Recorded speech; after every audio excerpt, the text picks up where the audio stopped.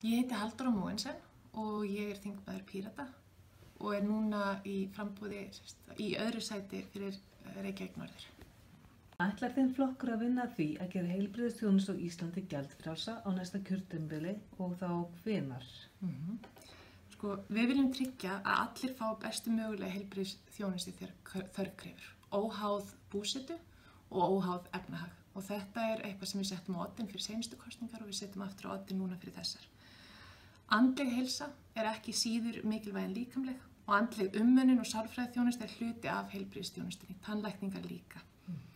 Þetta ekki eitthvað sem gerist á einni nóttu, þetta tekur tíma en við viljum taka skrefin í áttina að þessu markmiði.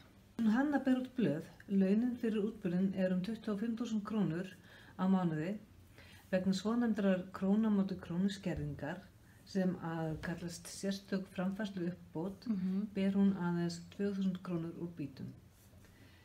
Ætlið þið að afnema þá króna á móti krónu skerðingu á næsta kjörtímabili?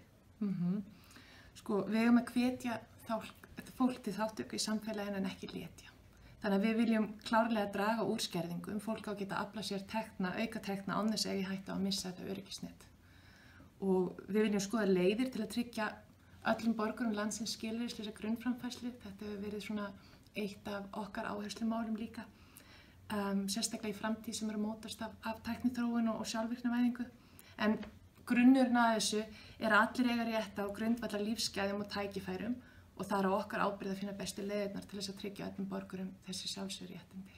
Þannig að það stefna okkar að minnka þessar skerðingar með það markmiði að afnema þær alveg. Jón á 30 aldri, hann kemst ekki fram rúminu án aðstoðar, hann fastur upp í rúmi allar helgar vegna þess að hann fær ekki aðstoð. Jón vill fá NPA, notendastýrða persónulega aðstoð, svo að hann geti farið fram úr rúminu á hverjum degi og tekið þátt í samfélaginu. Ætlar þitt framboð að tryggja honum þátttöku í samfélaginu á næsta kjörtímabili með því að lögfesta NPA? Já, það mjög skýrt stefna Pírata þegar hægt að tefja fyrir réttindi fólks með fötlun og lögfesta notendastýrða persónulega aðstoð bara strax og halda svo áfram að vinna úrbótum í málefnum fólks með fötlun og skerta starfsgetu. Meirihluti bygginga á Íslandi óaðgengilegur hreyfihömluðu fólki, enda ekkert eftirlit með því að aðgengi sé í lagi. Þess vegna getur til dæmis Jói ekki fylgt dóttur sinna handboltaæfingu. Við höfum talað við slökkvilið höfuðborgarsvæðisins og þetta verkefni sem það getur tekið að sér og sinnt samhliða eldvarnareftirliti. Myndi þinn flokkur vilja lögfesta slíkt eftirlit og þá hvenær, ef svo hvenær á kjörtímabilinu getur við séð fyrir ykkur að vinna að aðgengiseftirliti?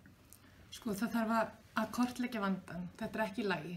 Þetta sé svona núna. Það þarf að kortleggja vandann og leita lausna með aðstoð sjálfsbjargar og öryrkjabandalagsins og NPA-miðstöðin bara félagasamtök og notendahópa sem hafa þekkingu á þessu sviði. Og það þarf svo að byrja á því að laga byggingar í eigu ríkisins og fara í samvinnu við sveitarfélögum úrbætur á byggingum í borgarlandi og í bæjum. Svo mikilvægt að taka upp algilda hönnun því að við hönnun nýbygginga því að þegar þú ert að hanna byggingar þá hafa alla notendur í huga. Varðandi eftirlitið, ef slökkviliðið á höfuðborgarsvæðinu treysti sér í verkefni þá sjálfsagt að skoða það nánar. Anna stundar háskólanám en fær ekki túlkaþjónustu til að geta tekið þátt í hópavinnu. Hún getur því ekki uppfyllt námskröfur í skólanum. Ætlar þitt framboð að tryggja fötluðu fólki aðgengi að öllu námi á næsta kjörtímabili og þá hvenær? Já, það skýr stefna hjá Píratum í menntastefninu okkar að það eiga allir að hafa aðgang að námi óháð aðstöðu eða aðstæðum eða fjárhag og búsetu. Þannig að mér skilst í dag að túlkunarþjónustan sé þannig hún föst í skólan og þess vegna hún Anna ekki boði að fá hana við hópavinna sem þá væntanlega út fyrir skólan. Það ekki hugmyndin? Þannig að þetta þarf að laga klárlega. Þetta ekki háar upphæðir.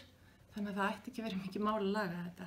En það einnig mikilvægt að setja auka fjármagnin inn í túlkasjóði til þess að fjármagni í honum sé ekki að renna út nokkru sinnum á ári. Mér skilst þetta sé vandamál líka. Og aftur, þetta ekki háar upphæðir en það skiptir sköpum fyrir notendur þjónustunnar. Þannig að við klárlega að gera þetta.